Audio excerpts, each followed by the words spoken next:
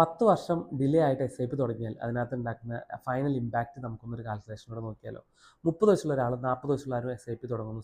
ഒരേ സമയത്ത് 30 വയസ്സുള്ള 2500 തുടങ്ങുന്നു എസ് ഐ പി, 40 വയസ്സുള്ള 10,000 തുടങ്ങുന്നു. രണ്ടുപേരും എല്ലാ വർഷവും 10% ഈ പറഞ്ഞ പോലെ സ്റ്റെപ്പ് അപ്പ് കൊടുത്തിട്ടാണ് പോകുന്നത്. 12% നമ്മൾ ആവറേജ് റിട്ടേൺ ആണ് ഇതിനകത്ത് എക്സ്പെക്ട് ചെയ്യുന്നത്. ഏകദേശം 60 വയസ്സാകുമ്പോൾ, രണ്ടുപേർക്ക് 60 വയസ്സാകുമ്പോൾ ഇവരുടെ ഇൻവെസ്റ്റ്മെൻറ്റ് എമൗണ്ട് എന്ന് പറയുന്നത് 30 വയസ്സായുള്ള ഇൻവെസ്റ്റ്മെൻറ്റ് എമൗണ്ട് ഏകദേശം 50 ലക്ഷം രൂപയുണ്ടാവും. 40 വയസ്സായ ആളുടെ ഇൻവെസ്റ്റ്മെൻറ്റ് എമൗണ്ട് ഏകദേശം 69 ലക്ഷം രൂപയുണ്ടാവും. ഇതിൻ്റെ ഫൈനൽ ഔട്ട്പുട്ട് അല്ലെങ്കിൽ ഫൈനൽ വാല്യൂ ആണ് വ്യത്യാസം ഉണ്ടാക്കുന്നത്. 30 വയസ്സായ ആൾ ഇൻവെസ്റ്റ് ചെയ്തതിൻ്റെ ഫൈനൽ വാല്യൂ 60 വയസ്സാകുമ്പോൾ ഏകദേശം 3 കോടി രൂപയുണ്ടാവും. 40 വയസ്സായ ആൾ ഇൻവെസ്റ്റ് ചെയ്തതിൻ്റെ വാല്യൂ ഏകദേശം 2.25 കോടി രൂപയുണ്ടാവും.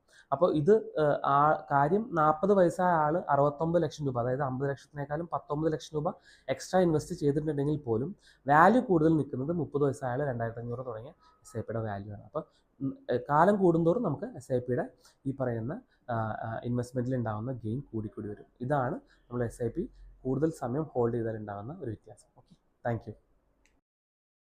10 വർഷം ഡിലേ ആയിട്ട് എസ് ഐ പി തുടങ്ങിയാൽ അതിനകത്ത് ഉണ്ടാക്കുന്ന ഫൈനൽ ഇമ്പാക്റ്റ് നമുക്കൊന്നൊരു കാൽക്കുലേഷനോടെ നോക്കിയാലോ.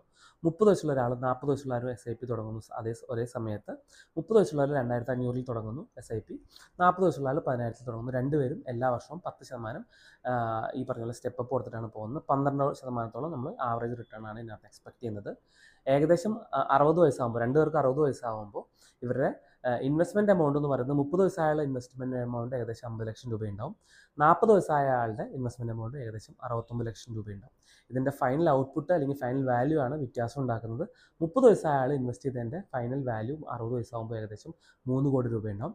40 വയസ്സായ ആൾ ഇൻവെസ്റ്റ് ചെയ്തതിൻ്റെ വാല്യൂ ഏകദേശം 2.25 കോടി രൂപയുണ്ടാവും. അപ്പോൾ ഇത് ആ കാര്യം 40 വയസ്സായ ആൾ 69 ലക്ഷം രൂപ, അതായത് 50 ലക്ഷത്തിനേക്കാളും 19 ലക്ഷം രൂപ എക്സ്ട്രാ ഇൻവെസ്റ്റ് ചെയ്തിട്ടുണ്ടെങ്കിൽ പോലും വാല്യൂ കൂടുതൽ നിൽക്കുന്നത് 30 വയസ്സായ 2500 തുടങ്ങിയ എസ് ഐ പിയുടെ വാല്യൂ ആണ്. അപ്പോൾ കാലം കൂടുന്തോറും നമുക്ക് എസ് ഐ പിയുടെ ഈ പറയുന്ന ഇൻവെസ്റ്റ്മെൻറ്റിൽ ഉണ്ടാകുന്ന ഗെയിൻ കൂടിക്കൂടി വരും. ഇതാണ് നമ്മൾ എസ് ഐ പി കൂടുതൽ സമയം ഹോൾഡ് ചെയ്താൽ ഉണ്ടാകുന്ന ഒരു വ്യത്യാസം. Okay, thank you.